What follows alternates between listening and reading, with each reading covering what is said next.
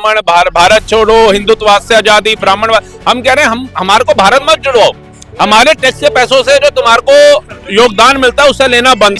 UGC bill लागू करो उनके लिए। अभी सुप्रीम कोर्ट का देखे ना स्टे जो लगा है भाई, टपाटप ले लिया है। सर क्यों पहले प्रधानमंत्री है, आज वो प्रधानमंत्री है, वो सबके बारे में सोचते हैं, सबका साथ सबका विकास उनका नारा है।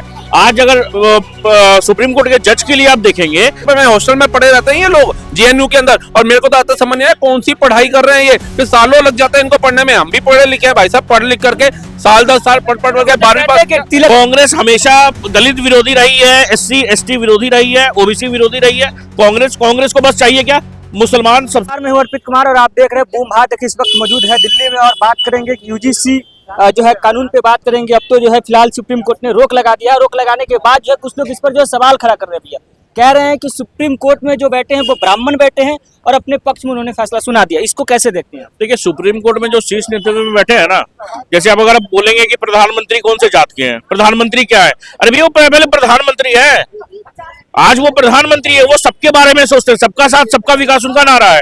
आज अगर सुप्रीम कोर्ट के जज के लिए आप देखेंगे तो भैया वो देख रहे हैं कि आर्टिकल का वायलेशन, कॉन्स्टिट्यूशन का वायलेशन हो रहा है, इसलिए उन्होंने स्टे लगाया। वो कोई जाति से नहीं आते, समझे, वो बैठे हुए हैं, जब तक वो सुप्रीम कोर्ट के जज के तौर पे बैठे हुए, कोई जाति से नहीं आ रहे हैं। वो जब वो कुर्सी से हट गए हैं, उसके बाद में अपने घर में है या कहीं पे भी है, तब उनकी जाति हो सकती है, तब वो एक कॉमन मैन हो सकते हैं। मगर जब वो वहां पे सुप्रीम कोर्ट में बैठे हुए हैं तो वो निष्पक्ष है, समझे, उनको कोई जाति से मतलब नहीं। अगर समझ लीजिए कि उनके कोई जात का अगर कोई खड़ा है, कोई मर्डर करके बैठा हुआ है, समझ लीजिए सुप्रीम कोर्ट के जज स्वर्ण है, कोई स्वर्ण समाज का मर्डर करके आया है, रेप करके आया है, तो क्या सुप्रीम कोर्ट के जो जज साहब है वो उनको छोड़ देंगे क्या बात कर रहे हैं, क्या लॉजिक है सर ये? लेकिन वो तो कह रहे हैं कि जो है मतलब सर्वोच्च पद पर बैठे हैं, उन्होंने अपने पक्ष में फैसला सुना दिया है। कह रहे कि अब हम लोग सड़क पर उतरेंगे और जबरदस्ती जो है यूजीसी को एक्ट को लागू करवाएंगे। नहीं, देखिए इसमें क्या है ना कि कहीं ना कहीं ये वायलेशन था।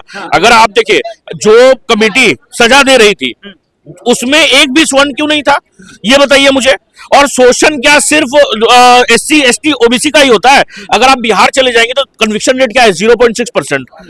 118% की केसेस में वृद्धि हुई है। आप बोलेंगे 118%, 118% का मतलब पता है आपको कितना होता है? 118% मतलब 324 केसेस, ऑल ओवर 324 केसेस। अगर यूनिवर्सिटी, और ये यूनिवर्सिटी का मैं बता रहा हूं, अगर कॉलेज का अगर जोड़ देंगे पूरे ऑल ओवर इंडिया का, तो 5000 से केसेस से ज्यादा नहीं है। कितना बनता है? 0.004% ये बनता है, 0.004%। अगर ये माने क्या बोले 0.5% भी नहीं बन रहा है, इसकी मांग ही नहीं थी। बस क्या है कि ये आ गया क्योंकि इसके क्या बोलते हैं, कर्ता धर्ता कौन थे? दिग्विजय सिंह। इसके चेयरमैन कौन थे? उन्होंने जबरदस्ती लाया है। कांग्रेस हमेशा दलित विरोधी रही है, SC ST विरोधी रही है, OBC विरोधी रही है। कांग्रेस को बस चाहिए क्या, मुसलमान सबसे ऊपर रहे, सर्वोपरि रहे। आज अगर आप बंगाल चले जाएंगे, बंगाल में क्या है, ऐसे ही जातियों को, मुस्लिम जातियों को 72 से 75 80 जातियों को OBC में डाल दिया गया।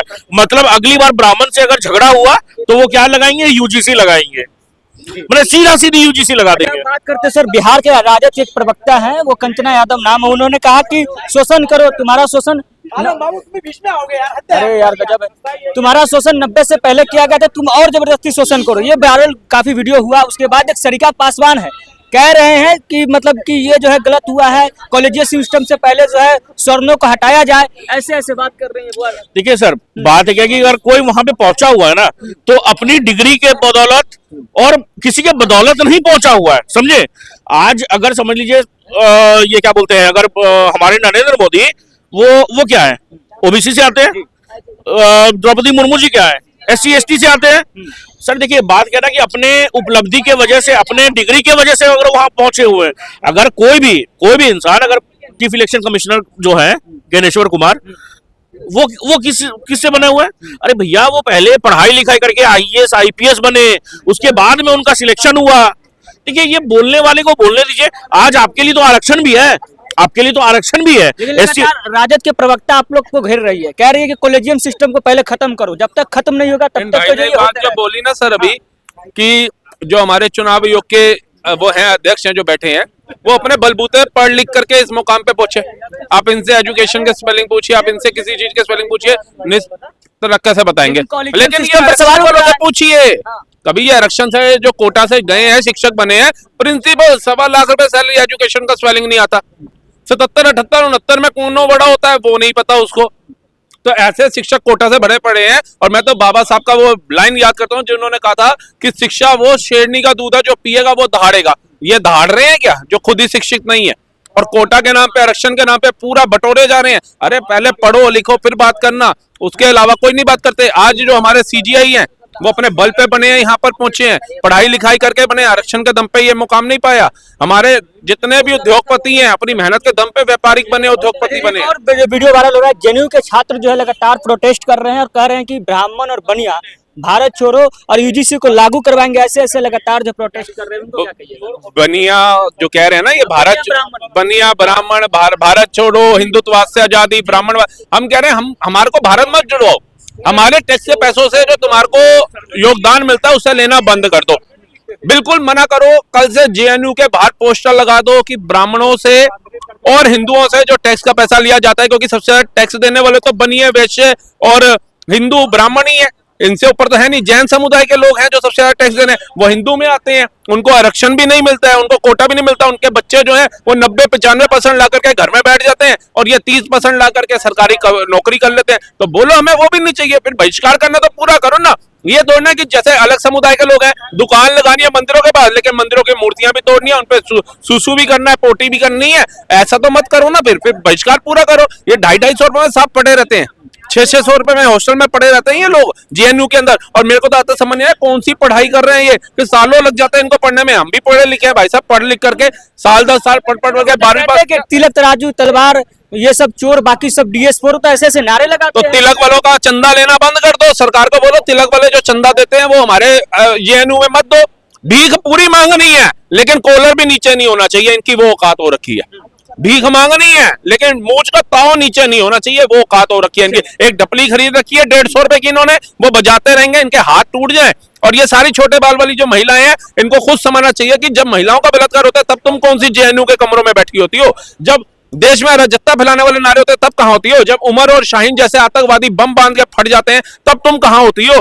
जब टुकड़े टुकड़े गैंग वामपंथी लोग कितना अफजल मारोगे, हर घर से अफजल निकलेगा, ये नारे लगते हैं, तब तुम कहां बैठ जाती हो? क्या जेएनयू के छात्र जो है यूजीसी जो है बिल पर रोक लगने के बाद कह रहे हैं कि अब हम लोग प्रोटेस्ट पे उतर करें, ब्राह्मण बनिया जो है भारत छोड़ो और ब्राह्मणवाद से आजादी, हिंदुत्व से आजादी, ऐसे मतलब ब्राह्मणवाद से आजादी मांग रहे इधर हैं। लाइए, ब्राह्मणवाद से आजादी और जो कह रहे थे यूजीसी बिल लागू कर, उनके लिए अभी सुप्रीम कोर्ट का देखे ना स्टे जो लगा है भाई, टपाटप ले लिया है। लेकिन वो सड़क पर उतरेंगे कह रहे हैं। सड़क पे उतरेंगे तो डंडे भी बरसाए जाएंगे सर।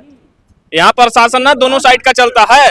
अगर आप पक्ष में है ना, अगर आप पक्ष में है, वैसे तो छोड़िए प्रशासन की भी जरूरत नहीं है।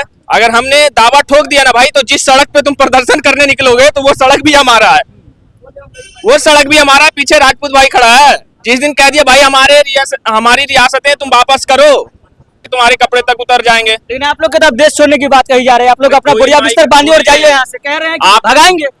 पूरा ब्राह्मण और बनिया समाज का छोड़िए, चाहे तिलक तराजू की जो बात करते हैं ना, राजपूतों के पूरे स्वर्ण समाज की बात कर रहा हूँ मैं अकेला। स्वर्ण समाज की तरफ से मैं अकेला बोल रहा हूँ। तुम पूरे स्वर्ण समाज की बात करते हो भारत से निकालने के लिए। तुम मुझे अभी सीपी में खड़ा हूँ, तुम मुझे यहाँ से हिलाकर दिखा दो भाई, तुम्हारे सामने पैरों के सामने नाक रगड़ूंगा। तुम मेरे ये भी पकड़ लिया ना तो बीच से फाड़ के रख देंगे सर। लेकिन कह रहे हैं कि आप लोग ने उनको जो है शोषण किए हैं, अत्याचार किए हैं, यूजीसी बिल आ गया, आप लोग बिलबिलाने लगे, सड़क पर उतर गए। सुनिए ना, अगर हम लोग शोषण करते ना या हमारे पूर्वज शोषण किए होते तो आज सारे के सारे स्वर्ण होता। बदल जाते हैं।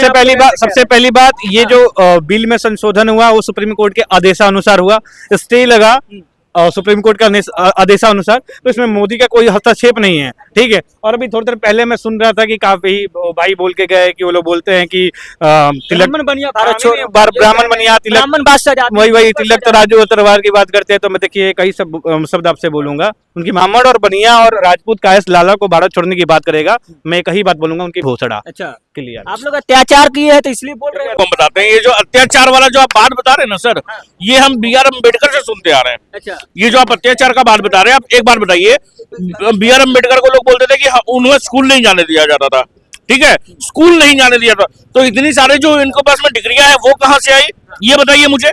आपको सबसे अगर आप बाहर पढ़ रहे हैं, अगर कहीं भी एजुकेशन, हायर एजुकेशन के लिए आपको 10 का डिग्री चाहिए, 12 का डिग्री चाहिए, चाहिए कि नहीं? तो आपके पास में आया कहां से, ये बताइए। अगर आपको स्कूल में वंचित रखा गया तो ये सब प्रोपेगेंडा है और कुछ नहीं सर, प्रोपेगेंडा में मत फंसिए। चलिए।